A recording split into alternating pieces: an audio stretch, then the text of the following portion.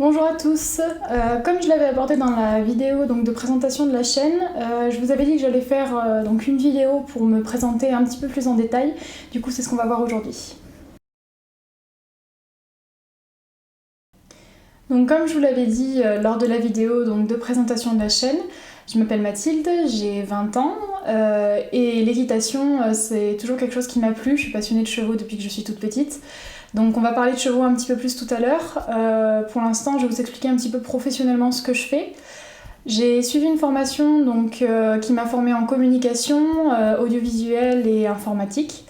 À savoir que ma deuxième grande passion à égalité avec les chevaux c'est la photographie. J'ai toujours adoré le travail de l'image et c'est une des raisons qui m'a poussée à créer Animaiki parce que voilà, je voulais essayer de trouver un moyen de lier ce que j'aime, c'est-à-dire les chevaux et l'image, la photo. Donc c'est aussi pour ça que j'ai tenté l'expérience avec les vidéos en voulant créer un nouveau support. J'ai été passionnée très tôt par les chevaux. Il faut dire que dans ma famille, il y a plusieurs cavaliers, donc je pense que ça a aussi contribué à ce que je m'intéresse au monde du cheval. Mais mon apprentissage en équitation n'a pas été linéaire du tout.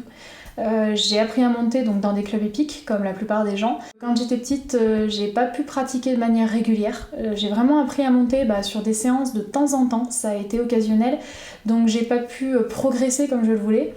Et comme j'étais frustrée de ne pas pouvoir monter à cheval, je me suis retournée du côté de la théorie, qui était bien plus accessible. Je me suis plongée dans les livres, les documentaires, les DVD, et j'ai essayé d'en apprendre le plus possible sur les chevaux pour que le jour où j'aurai vraiment accès à la pratique, je puisse vraiment être à fond dedans. Donc voilà, j'ai passé vraiment des années à fond dans la théorie, et puis c'est seulement quand j'ai eu 15 ans que j'ai pu vraiment avoir une pratique digne de ce nom. Donc à 15 ans, je me suis inscrite dans un club hippique. J'ai vraiment énormément progressé grâce à ce club. Donc quand je suis arrivée, j'avais un niveau totalement débutant. Je me suis dit que j'allais passer mes galops, donc j'ai passé le 1, 2 et 3 que j'ai obtenu.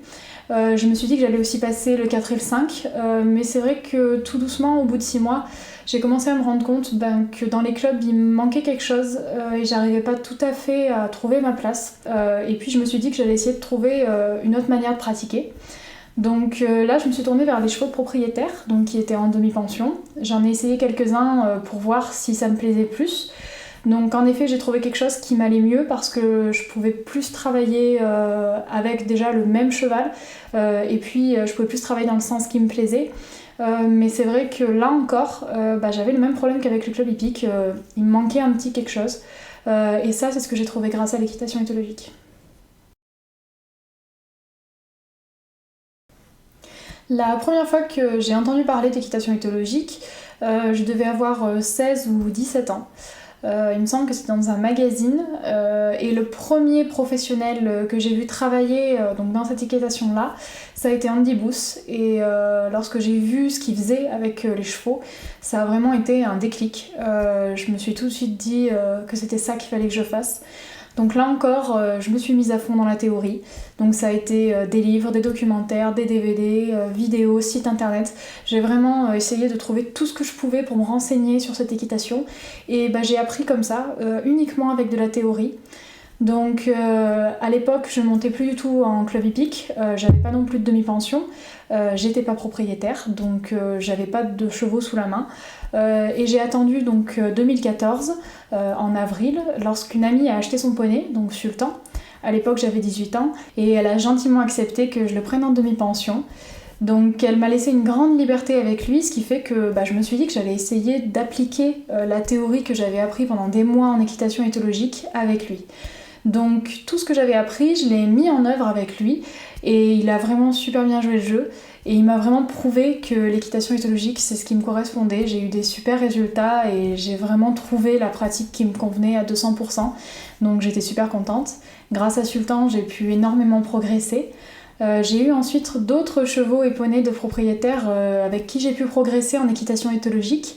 Donc il y a eu notamment Jolibelle qui a eu une place très importante. Je vous ferai dans d'autres vidéos des portraits un petit peu plus précis de ces chevaux pour que vous compreniez un petit peu mieux le chemin que j'ai eu avec eux. Et puis ensuite je suis devenue propriétaire, donc là encore je vous en parlerai un petit peu plus précisément. Mais c'est vrai que toute l'équitation éthologique que je faisais, donc c'était la théorie que j'apprenais toute seule et je travaillais sans être encadrée. Donc je me suis dit que je faisais peut-être des erreurs, donc j'ai voulu aller faire un stage dans un club hippique pour être plus encadrée et être sûre que ma pratique était la bonne. Donc j'ai trouvé un club spécialisé en équitation éthologique. J'y suis allée pour faire des stages et puis j'ai passé mes savoirs qui sont les diplômes fédéraux en équitation éthologique. Donc c'est l'équivalent des galops sauf que les savoirs il y en a 5. Donc j'ai passé et obtenu les 3 premiers et grâce à ce club j'ai fait des stages donc de temps en temps pour améliorer ma pratique. Ça m'a permis d'apprendre beaucoup et puis surtout d'être sûre que j'étais sur la bonne voie. Je vais vous parler brièvement de mes 2 poneys, donc Ladakh et Chanel. J'en suis devenue propriétaire en 2015, je les ai eus à 6 mois d'intervalle à peu près. Ils sont frères et sœurs, ils ont les 2 mêmes parents. Ils sont poneys français de selle croisés Welsh et ce sont de jeunes poneys puisqu'ils ont 3 et 4 ans. Je les dresse tous les 2 en équitation éthologique, donc ils sont pieds nus, ils n'ont pas de fer, pas de mort non plus. Chanel était débourrée lorsque je l'ai acheté, mais j'ai tout repris de zéro et j'ai fait un travail donc entièrement éthologique avec elle. Et Ladakh, il est en cours de débourrage actuellement, donc sans mort lui aussi, et je fais beaucoup de travail à pied avec l'un et avec l'autre. On arrive à la fin de cette vidéo, donc j'espère que maintenant vous me connaissez un petit peu mieux. Comme je vous l'ai dit, je referai des vidéos donc d'abord sur Ladakh et Chanel et puis sur les chevaux et poneys avec qui j'ai pu progresser en équitation éthologique. Comme ça vous aurez un aperçu un petit peu plus précis de ce que je fais avec eux et puis de leur évolution. Je vous invite de nouveau à aller sur la page Facebook et aussi sur le site web si vous voulez vous renseigner un petit peu plus sur Animaeki et à une prochaine vidéo. À bientôt!